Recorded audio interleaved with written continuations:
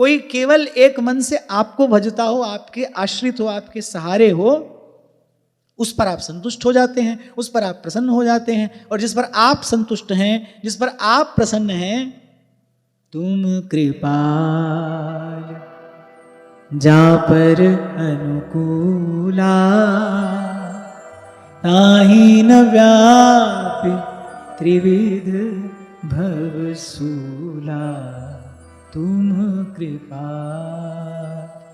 जैसे गोस्वामी जी कहते हैं ना, राम नाम एक अंक है और सब है अंक शून्य, अंक बिना कछु हाथ नहीं, अंक रहे 10 गुण। तो यहां प्रहलाद जी के कहने का तात्पर्य यही है कि वो जो एक अंक है ना, वो भगवान की भक्ति है। अब कोई कहे कि ये सब सद्गुण व्यर्थ हैं क्या? नहीं, ये सार्थक है यदि भगवान की भक्ति साथ है तो।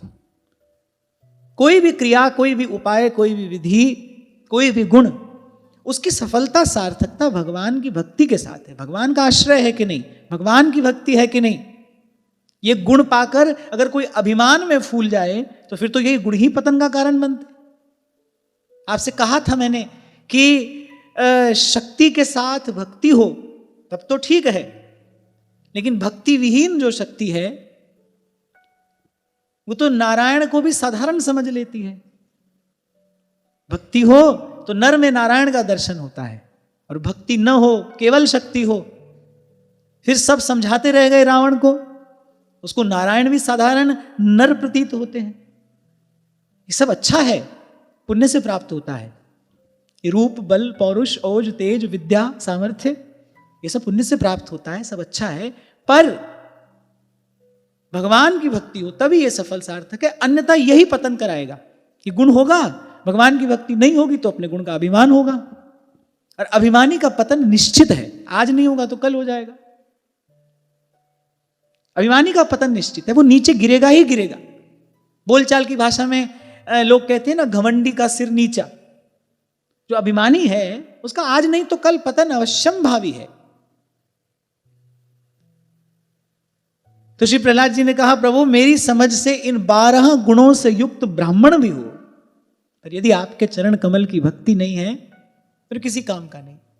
उससे तो वो चांडाल श्रेष्ठ है जो मन, वचन और कर्म से आपके चरणों में समर्पित है। और प्रहलाद जी ने कहा, मैं ऐसा क्यों कह रहा हूं, क्योंकि वो जो चांडाल है वो तो अपनी कितनी पीढ़ियों का उद्धार कर देगा आपकी भक्ति के बल पर, और वहां इन सब गुणों से युक्त, लेकिन आपके चरण कमलों से विमुख जो अभिमानी जीव है वो तो स्वयं को भी पवित्र नहीं कर पाएगा। अच्छा, एक बात और भी मैंने देखी, अभिमानी व्यक्ति किसी के भी सुख का कारण नहीं बनता है कभी, वो कांटे की तरह सबको चुभता ही है।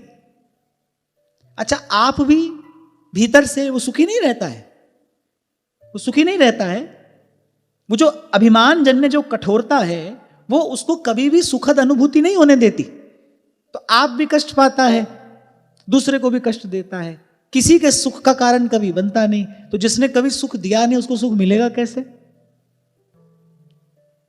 इसलिए कल बड़े विस्तार से हमने चर्चा की कि ए दरबार दीन को आदर,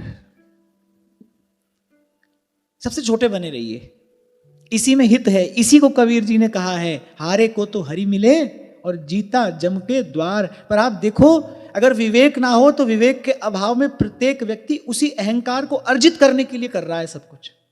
इसी दौड़ में प्रत्येक व्यक्ति लगा मैं कुछ बन जाऊं। छोटे से बच्चे को क्या कहा जाता है, बोले बेटा बड़ा होकर कुछ बनेगा ना। कुछ दिन पहले की घटना है, पढ़ते पढ़ते किसी बड़े वीर योद्धा का प्रसंग आया। अच्छा, इतिहास में मुझे बहुत पहले काफी रुचि थी, तो मैंने इतिहास संबंधी बहुत पुस्तकें भी पढ़ी। एकाएक मेरे मन में विचार आया कि अपने जीवन काल में कितनी भी प्रशस्ति, कितनी भी उपलब्धि किसी ने अर्जित क्यों ना कर ली हो, पर इस काल खंड में सब कुछ विलीन ही तो हो जाता है, सब समाप्त हो जाता है। आसमान छूते किले राजाओं ने बनवाए, आज वो हॉन्टेड प्लेसेस है। साधारण व्यक्ति को वहां जाने में भी डर लगता है, जाने की इच्छा नहीं होती। वहां जाओ तो एक अजीब सी अनुभूति होती है जो बड़ी सुखद नहीं होती। अंततः परिणाम क्या है? इसीलिए महाप्रभु कहते हैं, जय श्री हित हरिवंश प्रपंच बंच सब काल व्याल को खायो। ये सब काल के गाल में ही पड़ा हुआ है। आए हैं सो जाएंगे, राजा रंक फकीर। सार की बात क्या है? यहां आकर अगर कुछ प्राप्त किया जा सकता है तो क्या प्राप्त किया जा सकता है? आत्म कल्याण रूपी निधि प्राप्त की जा सकती है, वही सार वस्तु है। उसके अतिरिक्त भाई जो है सब ऐसे ही मर खप जाने वाला है। और मैं तो ऐसा समझता हूं, ये मेरा अपना निजी विचार है, कि संसार की उपलब्धि अपितु अभिमान बढ़ाती ही है। वो कोई आध्यात्मिक उन्नति में सहयोगी नहीं बनती, वो तो उल्टे अभिमान बढ़ाती है। मानव मन है and human mind is always vulnerable. पता नहीं कब किस झूठ को स्वीकार कर ले व्यक्ति, वैसा ही बनकर बैठ जाए। अभ्यास का प्रभाव होता है ना। वो एक फिल्म आई थी ना कुछ समय पहले, बाजीराव, हाँ, तो उसका जो अभिनेता था, नहीं बाजीराव नहीं, पद्मावत, मुझे वो प्रसंग याद रह गया क्योंकि उससे बहुत कुछ सीखने को मिला। तो उसने ऐसा अभिनय किया, उस अभिनेता ने ऐसा अभिनय किया कि वो जो जिस पात्र का अभिनय वो कर रहा था, वो अपने आप को वही समझने लगा। उसको किसी चिकित्सक की, मनोचिकित्सक की सहायता लेनी पड़ी उस भाव से, उस विचार से बाहर आने के लिए। ये सच्ची घटना है। वो इतना डूब गया उसमें कि उसको उस भाव से, उस विचार से बाहर आने के लिए सहायता लेनी पड़ी, मेडिकल हेल्प। तो ऐसे चारों तरफ से कोई आपको कहता रहे, अरे आप ये हैं, आप वो हैं, और आप कहीं भूल से उसको स्वीकार कर लें और फिर कुछ दिन के लिए स्वीकार करे रहें, तो भाई उससे तो बाहर आना कठिन हो जाएगा। संतों के शब्द ज्योति स्तंभ होते हैं। मैं ऋषिकेश, वो गंगा किनारे बैठे महात्मा की वो बात भूलता नहीं, क्योंकि वो जीवन का ज्योति स्तंभ है। उन्होंने कहा था, बेटा अपनी आध्यात्मिक उन्नति यदि चाहते हो, एक व्यवहारिक उन्नति होती है, लेकिन यदि अपनी आध्यात्मिक उन्नति चाहते हो तो अपनी प्रशंसा करने वाले लोगों से दूर रहना, उनके बीच में कभी ना रहना। प्रशंसा नहीं सुनना, कभी सुनना ही नहीं। ये सबसे बड़ा कुपथ्य है जो व्यक्ति करता है, करना चाहता है, उसके लिए लालायित रहता है। ये सबसे बड़ा कुपथ्य है। भव रोग के लिए सबसे बड़ा कुपथ्य है प्रशंसा। देखने में आता है ना, अब आजकल तो ये एक नया ट्रेंड है। आप हमारे यहां आओ, हमारी प्रशंसा करो, हम आपके यहां जाएंगे, हम आपकी प्रशंसा करेंगे। झूठी सच्ची सब बातें, उसमें कोई सार सत्व नहीं है। ये वाणी का कितना बड़ा दुरुपयोग है, ये शब्द का कितना बड़ा दुरुपयोग है। फिर उत्तर क्या मिलता है? भाई व्यवहार में सब करना पड़ता है। अरे व्यवहार करने के लिए संसार छोड़ा था, एक व्यवहार छोड़ा, दूसरा व्यवहार पकड़ा। अच्छा, गृहस्थी को तो फिर व्यवहार थोड़ा शोभा देता है। एक व्यक्ति जो ग्रस्त में है वो थोड़ा बहुत व्यवहार करे तो ठीक है। हम लोग क्यों करें भाई? हमको ऐसा क्यों करना चाहिए? क्या प्राप्ति होने वाली है इससे? कहा था ना मैंने आपसे, संसार आपको अधिक से अधिक संसार ही तो दे सकता है, और क्या दे देगा? कम नहीं देगा तो ज्यादा दे देगा। फिर आखिर इससे अंत में प्राप्त क्या होने वाला है? कुछ भी तो नहीं। झूठ, निस्सार, ये सब बातें बड़ी गहरी दृष्टि से देखते हुए उन महात्मा ने कहा था। और प्रशंसा सबसे बड़ी व्याधि को जन्म देती है, और वो व्याधि क्या है? अभिमान। चार लोगों ने आपसे कुछ कहा, आप में कुछ खास बात है, कुछ तो बात है आप में, आपको लगने लगा हाँ भाई कुछ तो बात है, हम में कुछ बात नहीं है। चार लोग आपको कहें कुछ तो बात है आप में, आपको लगने लगेगा हाँ भाई कुछ तो बात है हम में। इतने लोग यूं ही थोड़ी कह रहे हैं, इतने लोग यूं ही थोड़ी कह रहे हैं, कुछ तो बात है। लो बस यहीं से जो स्खलन है वो आरंभ हो गया। बड़ा धीर गंभीर विवेकी कोई होता है तो सावधान रह पाता है। आपको बताऊं, प्रशंसा सुनना ये तो कुपथ्य है ही, फिर बड़ी बात क्या है और बुरी बात क्या है, फिर इसकी बुरी आदत लग जाती है। फिर कोई ना करे आपकी प्रशंसा, फिर आप छटपटाओगे जल बिन मीन की तरह। दे दी ना आपने अपनी प्रसन्नता किसी के हाथ में, आपके जीवन का स्वामी कोई और बन के बैठ गया ना। अब कोई आपकी प्रशंसा करे तब तो आप खुश। ये जो क्या बोलते हैं जेनजी, क्या बोलते हैं, जेन जी, है ना, वो बेचारी इसी से जूझ रही है। खूब तैयार हुए, अपना एक पिक लिया, अपलोड किया। अब वो देख रहे हैं कितने लाइक, कितने कमेंट। लाइक नहीं आए तो चलो डिप्रेशन की ओर चले। ये घटना घट रही है। लोग मानसिक रोगों के शिकार हो रहे हैं। जीवन में क्रोध, घृणा, ऐसे ऐसे नकारात्मक भाव बढ़ रहे हैं इसी सब के कारण। तो खैर मैं आपको ये कह रहा था कि भक्ति जिस आसन पर विराजती है वो दैन्य है,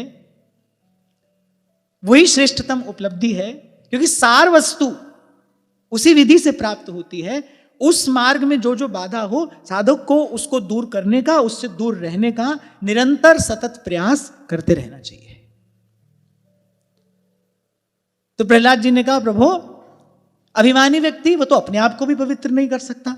जो बड़प्पन का अभिमान कर रहा है वो तो अपने आप को भी पवित्र नहीं कर सकता, दूसरे को क्या करेगा। और वहीं आपकी भक्ति से युक्त कोई चांडाल भी है जो मनसा वाचा कर्मणा आपको समर्पित है, अरे वो आप भी तरेगा और जाने कितनों को तार देगा।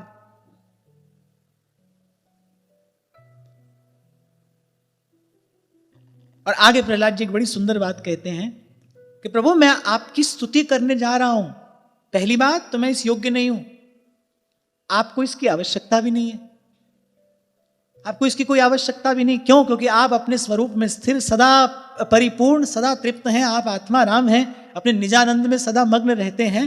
प्रहलाद जी ने कहा, कोई मुझसे कहे कि जब स्तुति कर नहीं सकते तो कर क्यों रहे हो? तो प्रभु मैं इसलिए कर रहा हूं क्योंकि आपको जो भी निवेदन किया जाता है ना, आपको जो भी निवेदन किया जाए वस्तुतः उसका सुख निवेदन करने वाले को ही मिलता है।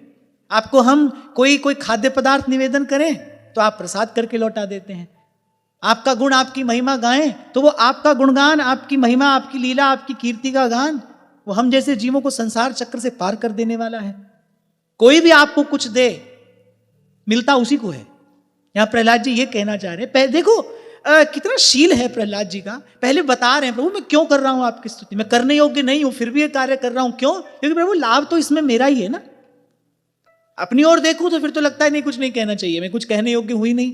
आपकी ओर देखता हूं, आपके उदार स्वभाव की ओर देखता हूं, आपकी कृपा करुणा का विचार करता हूं, तब लगता है कि नहीं प्रभु आपका स्वभाव ऐसा है, हम टूटे फूटे शब्दों में जो भी कहेंगे आप स्वीकार करेंगे और उससे अंततः सुख तो हम ही को मिलेगा, उससे अंततः प्रसाद तो हम ही को मिलेगा।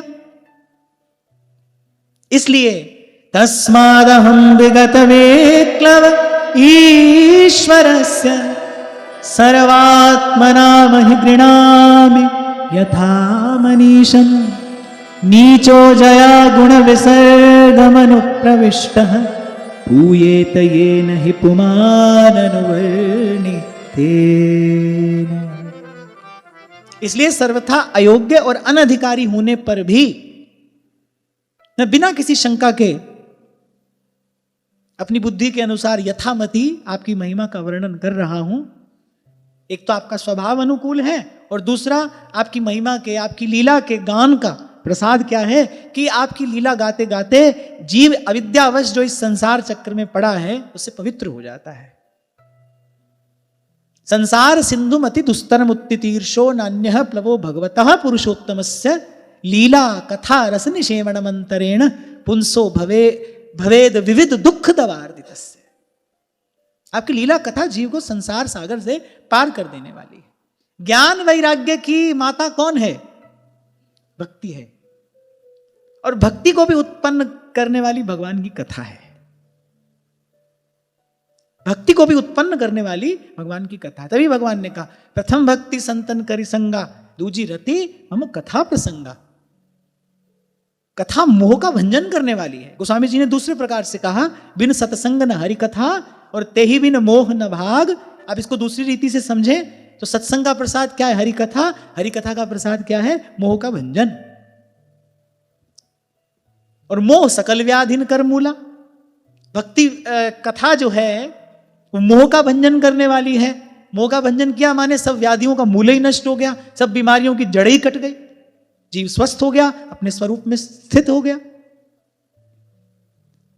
तो प्रहलाद जी ने कहा कि प्रभु हूं तो मैं सर्वथा अयोग्य अनधिकारी, और आपकी महिमा का गान करूंगा, अवश्य करूंगा, इसलिए नहीं कि आपको इसकी आवश्यकता है, हमको इसकी आवश्यकता है। आपका स्वभाव ऐसा है, जैसा भी हम आपको कहेंगे, प्रेम से कहेंगे, आप सुन लेंगे, स्वीकार कर लेंगे। और दूसरा, ये महामहिमावंत वस्तु है, इसका आश्रय तो किसी धीर गंभीर विवेकी पुरुष को अवश्य लेना चाहिए, लिए रहना चाहिए। आपको शायद बताया था ना मैंने, श्री छीत स्वामी जी का पद है, अष्टछाप के छीत स्वामी, वो कहते हैं, जब लग श्री गोवर्धन श्री जमुना विठ्ठल नाथ गुसाई, जब लग श्री भागवत कथा रस तब लग कलिजुग नाथ। कलयुग के जितने दोष हैं सबसे बचा कर रखने वाली श्रीमद् भागवत की कथा है, बिगड़े मन को सुधार देने वाली श्रीमद् भागवत की कथा है, विषय से उपरत करा देने वाली श्रीमद् भागवत की कथा है। इसलिए जहां श्रीमद् भागवत के वक्ता के अधिकार की बात कही है ना, उसमें सब बात बाद में कही, पहले कहा विरक्तो वैष्णवो विप्रो वेद शास्त्र विशुद्धिकृत, सबसे पहले कहा विरक्त हो। श्रीमद् भागवत का प्रसाद संसार से उपरती है, संसार में प्रवृत्त कराने के लिए कथा नहीं है, संसार से निवृत्त कराने के लिए है। आप देखिए श्रोता वक्ता कौन है श्रीमद् भागवत के, श्री सुखदेव जी महाराज, उनसे अधिक निवृत्त तो कौन ही होगा, लंगोटी भी नहीं है, देहाध्यास है ही नहीं, ऐसे श्री सुखदेव जी महाराज। और सुनने वाले कौन है, परीक्षित हैं, संसार को पीठ देकर बैठे हैं गंगा जी के किनारे, अब संसार से मुक्त होना है, अब उस पार जाना है, यही भाव लेकर बैठे हैं। तो प्रहलाद जी ने कहा कि इस महिमा के गान का ऐसा प्रभाव है कि अविद्यावश संसार चक्र में पड़ा हुआ जीव तत्काल पवित्र हो जाता है। तो इतनी बात समझ लेनी चाहिए, कोई भी गुण हो पर भगवान की भक्ति ना हो तो सब व्यर्थ है। कुछ भी ना हो पर हमको लगता है नहीं भगवान हमारे हैं, मैं हूं श्री भगवान का और मेरे श्री भगवान, ये भाव अपने आप में परिपूर्ण है और यह भाव अपने आप में पर्याप्त है। प्रीति ही ने पै प्रीतम, प्रीति ही ने पै,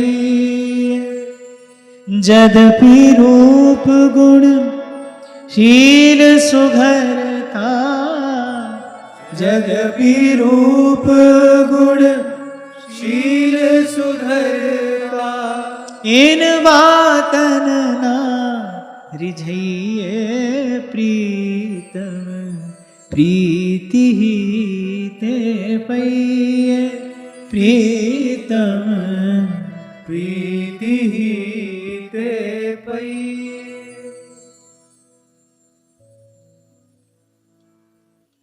तो श्री प्रहलाद जी ने आगे कहना आरंभ किया कि प्रभु आप सत्वगुण के आश्रय हैं, कि ब्रह्मा आदि सब देवता आपके आज्ञाकारी, आपके भक्त हैं, और ये हम दैत्यों की तरह आपसे किसी प्रकार का द्वेष भी नहीं करते, सदा आपकी पूजा वंदना भक्ति में लगे ही रहते हैं। और आप समय समय पर बड़े सुंदर सुंदर अवतार धारण करके अति मधुर लीलाएं करते हैं। यद्यपि आपको कुछ भी करने की आवश्यकता नहीं है, आपके संकल्प से सब होता है, पर आप आते हैं, प्रकट होते हैं, प्रत्यक्ष होते हैं, अपने भक्तों के लिए लीला करते हैं, क्योंकि आप जानते हैं इस संसार सिंधु से पार जाने के लिए आपकी लीला कथा ही तो एकमात्र आश्रय है, आपकी लीला कथा ही तो एकमात्र जहाज है। अब कुछ अक्लमंद लोग ये प्रश्न करते हैं, बोले तुम कहते हो इतने शक्तिशाली भगवान हैं, फिर एक राक्षस को मारने के लिए उनको आना पड़ता है। अरे राक्षस को मारने के लिए थोड़ी आते हैं भगवान। विप्रधेनु सुर संत हित, और हित क्या होता है, हित का अर्थ क्या होता है, विशुद्ध प्रेम, निष्काम प्रेम। यहां गोस्वामी जी कह रहे हैं विप्रधेनु सुर संत हित लीन मनुज अवतार। अपने भक्तों को सुख देने के लिए भगवान आते हैं। आते हैं तो लगे हाथ कुछ काम भी कर देते हैं, लगे हाथ इनका उद्धार भी कर देते हैं, पर आने का उद्देश्य क्या है, विप्रधेनु सुर संत हित, भगवान लीला करेंगे, फिर उन लीलाओं का गान करके, उन लीलाओं का ध्यान करके, हम जैसे जीव जो हैं अविद्या से ग्रस्त इस संसार चक्र में पड़े हैं, उन लीलाओं का गान ध्यान करके, उन लीलाओं का चिंतन करके पहले हम पवित्र होंगे, फिर धीरे धीरे इस संसार सागर से पार हो जाएंगे। कितनी कृपा करुणा भगवान की है। अब अन्यथा तो देखो, भगवान ने एक नियम बना दिया, जो जस करई तो तस फल चाखा। भगवान की कृपा करुणा ना हो तो अनंत काल से जीव संस्कृति में पड़ा है और पड़ा ही रहे, मुक्त कैसे हो। दया आती है भगवान को, इसीलिए तो दयालु हैं, अकारण करुणा वरुणालय हैं। जीव को देखकर दया आती है, आ जाते हैं। कभी आप आ जाते हैं और कभी तदात्मानम सृजाम्यहम, और फिर कभी अपने निर्जनों को, अपने पार्षदों को, अपने धाम से अपने भक्तों को भेजते हैं। और भगवान के भक्त तो भगवान से भी अधिक दयालु हैं। वो भगवान की सेवा छोड़कर आ जाते हैं, किसके लिए? आपके हमारे लिए। परमार्थ के कारण संत लियो अवतार।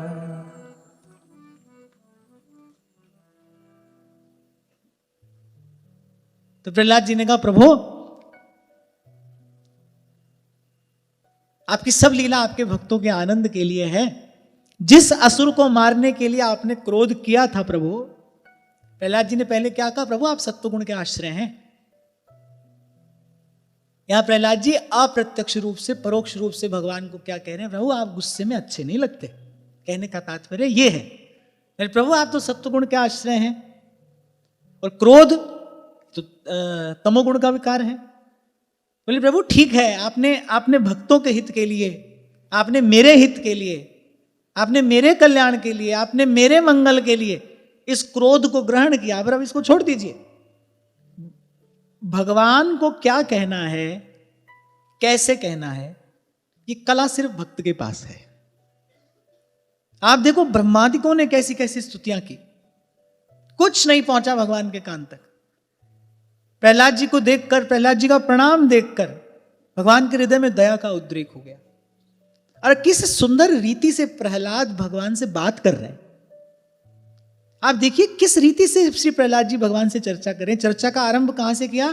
प्रभु मैं कहने जा रहा हूं पर मैं कहना जानता नहीं हूं, सर्वथा अयोग्य हूं, अनधिकारी हूं, फिर भी मैं कहने जा रहा हूं। क्यों? क्योंकि आप ऐसे हैं, इतना विशाल हृदय है आपका, इतने दयालु कृपालु, इतने उदार हैं आप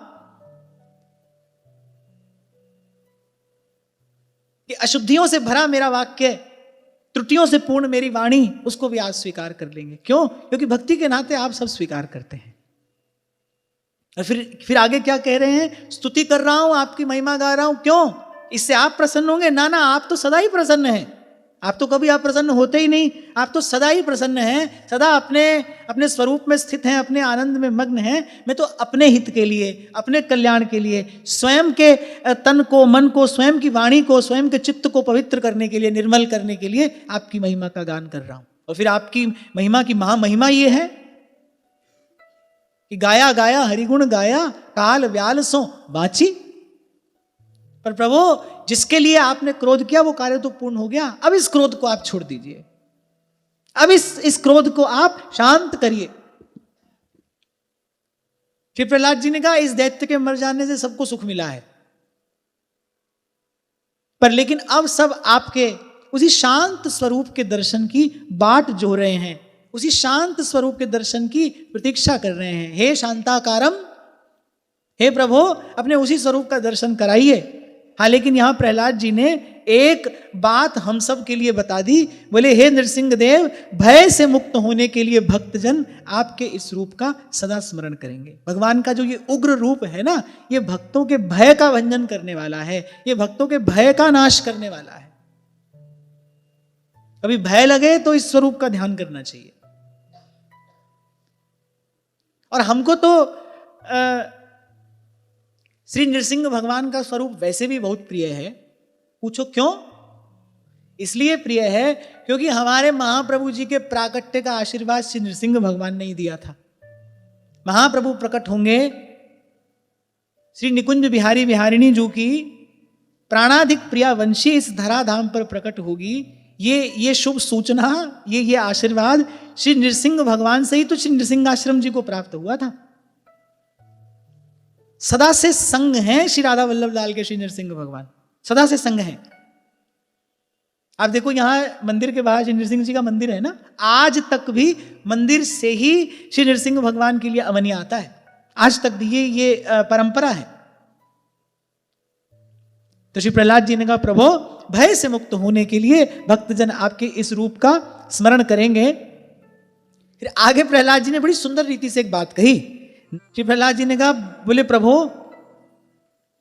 आपका मुख बड़ा भयावना है। अभी महिमा भक्ति की है, कह प्रहलाद जी क्या रहे हैं, आपका मुख बड़ा भयावना है।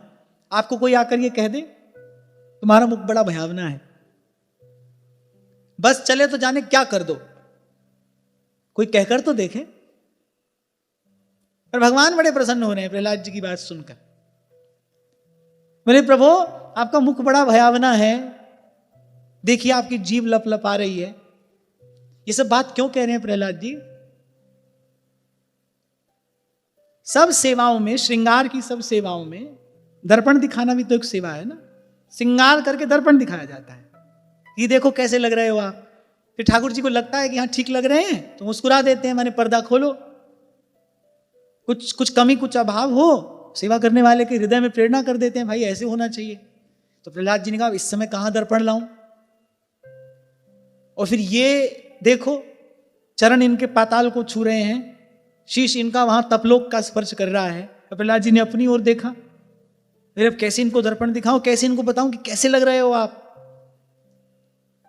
आपने जिस कार्य के लिए रूप धारण किया था, अरे वो कार्य तो हो गया, अब आइए लौट आइए अपने उसी रूप में। तो प्रहलाद जी ने कहा भाई किसी ना किसी तरीके से इनको बताना तो पड़ेगा।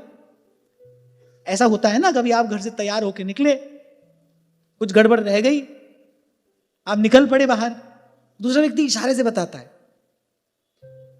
फिर व्यक्ति थोड़ा सावधान होता है। तो यहां प्रहलाद जी अपने प्रभु को, अपने इष्ट आराध्य, अरे प्रभु मेरे लिए आपने ये सब लीला की है, मेरे लिए आपने ऐसा रूप धारण किया है।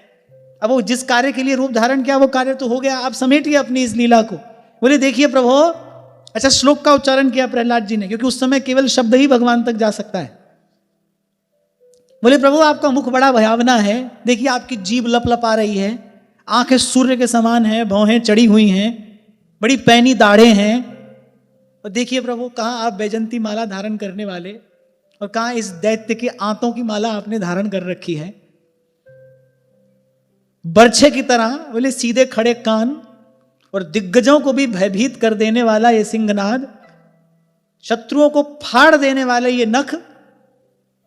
प्रहलाद जी ने कहा लेकिन प्रभु मैं इससे भयभीत नहीं हुआ हूं। अब वस्तुतः ये सूचना देने के लिए ये नहीं कह रहे कि मैं भयभीत नहीं हूं, कह रहे देखो कैसे लग रहे हो आप, ये बेचारे सब डर रहे हैं, घबरा रहे हैं। अब प्रहलाद जी ने कहा मैं तो आपके बल पर, आपकी भक्ति के बल पर भयभीत नहीं हूं, लेकिन ये सब बेचारे बड़े भयभीत हो रहे हैं। पहले आपने इन सब का भय, इन सब की चिंता दूर करने के लिए इस दैत्य का वध किया, अब ये आपको देखकर भयभीत हो रहे हैं। तो हे भय भंजन प्रभु, अब इनके इस भय का भी निवारण करिए, इनके इस भय को भी दूर करिए। तो प्रहलाद जी ने एक रीति से कहते कहते, सीधे नहीं कहा ठाकुर जी से, कहते कहते ये बात कह दी, अपनी बात ठाकुर जी तक पहुंचा दी, प्रभु तक पहुंचा दी। और फिर क्या कहते हैं, फिर बड़ी सुंदर बात कहते हैं, प्रभु आपका ऐसा रूप, लेकिन मैं तनिक भी इससे भयभीत नहीं हूं। त्रस्तोस्म्यहं कृपणवत्सल दुस्सहोग्र संसार चक्र कदनाग्रसतां प्रणीतः बद्धः स्वकर्मभिरुषत्तमतेऽङ्घ्रिमूलम् प्रीतोपवर्ग शरणं वयसे कदा। अच्छा प्रहलाद जी ने परोक्ष रूप से भगवान को भी कह दिया, अरे ठीक है कैसा रूप धारण कर लिया है आपने, आप तो हमको वैसे वही मधुराधिपति उसी स्वरूप में दर्शन दीजिए। और साथ में ब्रह्मादिकों को भी सुना दिया। कभी कभी ऐसा होता है ना, कहा किसी को जाता है, सुनाया किसी को जाता है, ऐसा होता है ना, कहते किसी को है, सुनाते किसी को है। तो यहां प्रहलाद जी कह तो प्रभु से रहे हैं और सुना ब्रह्मादिकों को रहे हैं। बोले प्रभु आपसे भय का क्या कारण है, आपसे भयभीत होने का क्या कारण है? अरे आप तो मंगल भवन हैं, आप जो करते हैं वो प्राणी मात्र के हित के लिए ही करते हैं, कल्याण के लिए ही करते हैं। मुझे आपके इस भयंकर स्वरूप से भय नहीं है प्रभु, मुझे तो भय लगता है किससे? बोले मैं भयभीत हूं तो प्रभु केवल एक बात से भयभीत हूं, इस दुस्सह्य संसार चक्र में पिसने से मुझे भय लगता है, इस संसार चक्की में पिसने से मुझे भय लगता है, क्योंकि यह संसार आपकी विस्मृति करा देने वाला है, यह आपको भुला देने वाला है। कई बार हमने चर्चा की, बालक जन्म लेते ही रोता है, माया स्पर्श होती है, जैसी माया का स्पर्श होता है भगवान की विस्मृति हो जाती है। और ठाकुर जी ये बताते हैं, देखो हमको भूल कर केवल रोना ही रोना है, हमको जो भूलेगा केवल रोता ही रहेगा। तो एक श्लोक में प्रहलाद जी ने ठाकुर जी को भी कह दिया, दर्पण दिखाने की सेवा करा दी। बोलिए आपको पता नहीं लग रहा है आप कैसे लग रहे हैं, आप देखिए माता जी भी आपके पास नहीं आना चाह रही हैं। ठीक है आपने मेरे लिए ये रूप धारण किया, पर ठीक है वो काम हो गया, वापस आइए। ठाकुर जी से भी कह दिया, ब्रह्मादिकों को भी सुना दिया वही एक श्लोक कहकर। बोले इनसे भय का क्या कारण है? प्रहलाद जी ने कहा मुझे तो प्रभु आपके इस रूप से तनिक भी भय नहीं है, अपितु आपका ये रूप तो भक्तों के भय को दूर करने वाला है। इस रूप का ध्यान करने से तो भय दूर होता है, आपके भक्तों का भय दूर हो जाएगा। आपके भक्त कभी भी भय में, पीड़ा में आपके इस रूप का ध्यान करेंगे, वो भय और पीड़ा से मुक्त हो जाएंगे। तो ब्रह्मादिकों को भी सुना दिया, अपने हृदय की बात भी कितनी सुंदर रीति से श्री प्रहलाद जी ने कह दी। अब देखो प्रहलाद जी भी वल्गु वाक्य हैं कि नहीं? जैसे भगवान वल्गु वाक्य हैं, ऐसे प्रहलाद जी भी वल्गु वाक्य हैं। एक बात कहकर ब्रह्मादिकों को भी कहा अरे डरने की कोई बात नहीं है, अपने प्रभु ही तो हैं, अपने ही तो हैं। प्रभु से भी कह दिया, दर्पण दिखाया प्रभु को, प्रभु अपने उसी रूप में आइए, अपने हृदय की बात भी कह रहे हैं। बोले दीन बंधो मैं भयभीत हूं, तो इस असह्य, इस दुस्सह्य, इस उग्र संसार चक्र में पिसने से भयभीत हूं। तभी आपसे मैंने निवेदन किया था, भाई पहले अपना दुख समझिए। क्या होता है, शरीर में कहीं पीड़ा हुई, पीड़ा का अनुभव तो हो रहा है, लेकिन पीड़ा किस कारण से है ये व्यक्ति नहीं जान सकता है। उसके लिए तो कोई वैद्य चाहिए ना, डॉक्टर देखकर बताएगा कि इस पीड़ा का कारण क्या है। ऐसे ही जीव को दुख का अनुभव तो होता ही है, इस दुख रूप संसार में गिरकर दुख का अनुभव तो उसको होता ही है, लेकिन दुख का कारण क्या है ये तो भाई सदगुरु रूपी वैद्य ही बताएगा। सदगुरु रूपी वैद्य ही बताता है इस दुख का कारण क्या है। तभी आपसे मैंने निवेदन किया था, दुख का कारण रोग नहीं है, दुख का कारण दरिद्रता नहीं है, दुख का कारण अभाव नहीं है, दुख का कारण संस्कृति है, दुख का कारण भगवत विस्मृति है, दुख का कारण ये बार बार जन्मना मरना, ये दुख का कारण है। और प्रहलाद जी ने कहा प्रभु भय लगता है, इसी से लगता है। इसी की यही बात श्री महाप्रभु जी ने कही, इहि डर ही डरप हरिवंश हित जिन अब भ्रम ही गुण सलिल पर। क्या बात कह रहे हैं महाप्रभु जी? अरे अरे इस डर से डर, तुझे इस बार बार इस संसार में आने से डर नहीं लगता? तुझे बार बार इस संसार चक्की में पिसने से भय नहीं लगता? अरे इसी से ही तो भयभीत होना चाहिए। भय का उपयोग क्या है? भय का उपयोग यही है, इससे भयभीत हो। जिन अब भ्रम ही गुण सलिल पर, इस त्रिगुण को छोड़ और जो इस त्रिगुण से परे है वो निरंजन नाम उसका आश्रय ले। जो माया काल त्रिगुण से अतीत हैं, सच्चिदानंद घन भगवान, यही डरई डरप हरिवंश हित जिन अब भ्रम ही गुण सलिल पर जिहि नाम निमंगल लोक तिहु सुहरि पद भज न विलंब कर। प्रहलाद जी ने कहा प्रभु मैं कर्म पाश से बंद कर इन भयंकर जंतुओं के बीच में डाल दिया गया हूं, कब प्रसन्न होंगे आप? कब वापस मुझे अपने चरण कमलों में बुलाएंगे? क्योंकि एकमात्र आपके चरण कमल ही सब जीवों के शरण्य हैं, मोक्ष स्वरूप हैं। यही बात श्री महाप्रभु कह रहे, अरे इससे भयभीत होइए, ऐसा काम ना करिए, ऐसा कर्म ना करिए, हमारे द्वारा ऐसा कर्म न हो जिससे ये संसार का बंधन और गाढ़ा हो जाए, हमारे द्वारा ऐसी क्रिया ना हो जिसका फल भुगतने के लिए फिर से इस संसार में आना पड़े। भक्ति तीव्र कब होगी? श्रीमद् भागवत जी जो आज्ञा देती हैं, तीव्रेण भक्ति योगेन यजेत पुरुषम परम, भक्ति तीव्र कब होगी? जब ये बात भीतर हम दृढ़ता से ग्रहण कर लेंगे, भाई संसार से छूटना है, इस दुख से मुक्त होना है। अभी हमको वो व्याकुलता है नहीं इस संसार से छूटने की, इस संसार से मुक्त होने की अभी कोई व्याकुलता नहीं है। क्यों? क्योंकि अभी यहां सुख बुद्धि है, अभी लगता है यहां से सुख मिलेगा, मिल रहा है। अभी वो जो विषय के सुख का जो चस्का लगा है जन्म जन्म से, उसके कारण अभी छूटना नहीं चाहते हैं संसार से। श्री डोंगरे जी महाराज से एक बार किसी ने कहा, पूछा, बोले पहले तो भागवत की कथा होती थी तो विमान आता था, अब क्यों नहीं आता?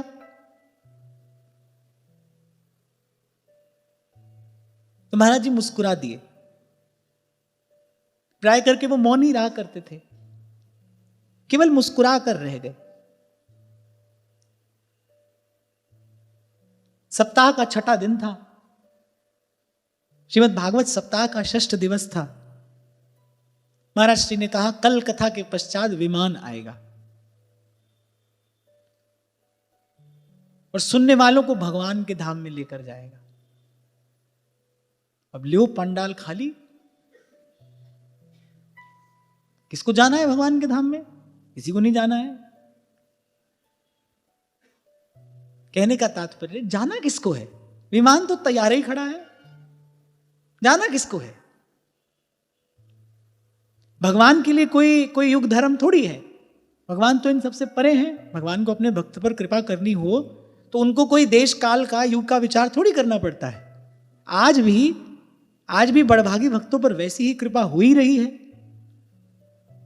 आज भी ठाकुर जी वैसे ही बोलते हैं, वैसे ही बतलाते हैं, वैसे ही खेलते हैं, वैसे ही खाते हैं। तो भगवान के धाम में जाना किसको है? यही रहना है।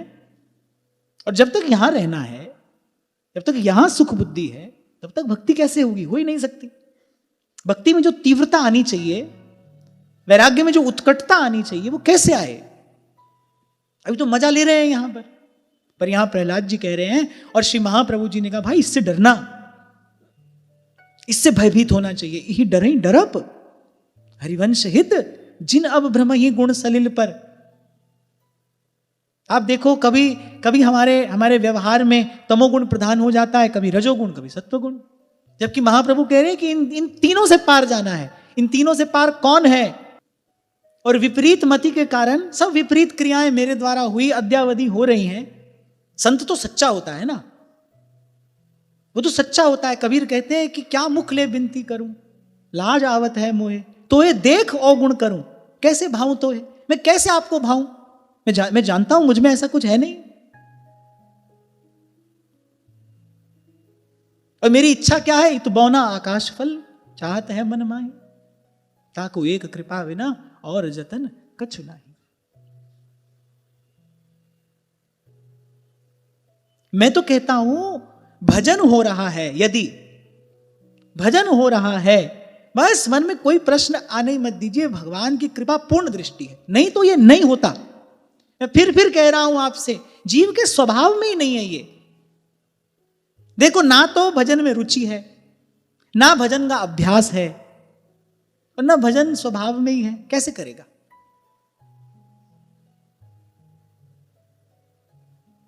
तभी ध्रुवदास जी कहते हैं जो सुख दुख लगी रहे देह सो, ये तो प्रभु मेरा ही है और ये कोई बड़ी बात नहीं है, ये तो हर जन्म में मेरे साथ लगा हुआ है। जो सुख दुख लगी रहे देह सो, मिट जाए और लोक बढ़ाई, और संगत साधु वृंदावन कानन, तो गुण गानन मांझ विहाई, छवि कंज चरण तिहारे बसो, और देहु यह ध्रुव को ध्रुवताई। ये दीजिए प्रभु। महाराज वाणी में कहते मांगो दान ठाकुर नाम, ये प्रभु आपके नाम का दान मांगता हूं, ये दीजिए मुझे, ये अदेय वस्तु दीजिए, ये अलभ्य लाभ मुझे प्राप्त कराइए। ये आपकी कृपा के बिना नहीं होगा।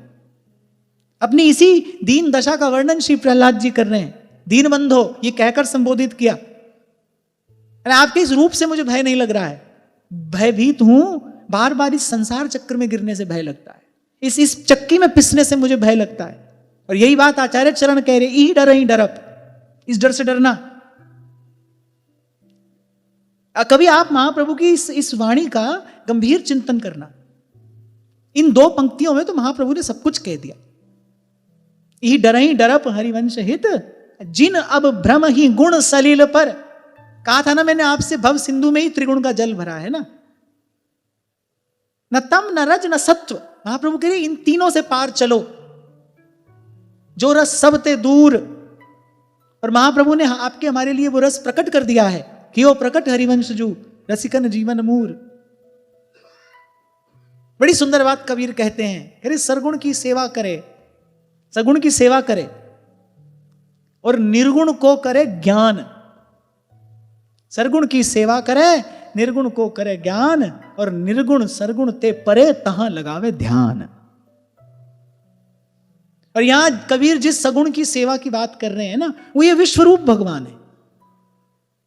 कबीर उसे सगुण कहते हैं, क्योंकि तत्ववेत्ता महापुरुष की दृष्टि में तत्व के अतिरिक्त तो कोई और है नहीं, कुछ और है नहीं।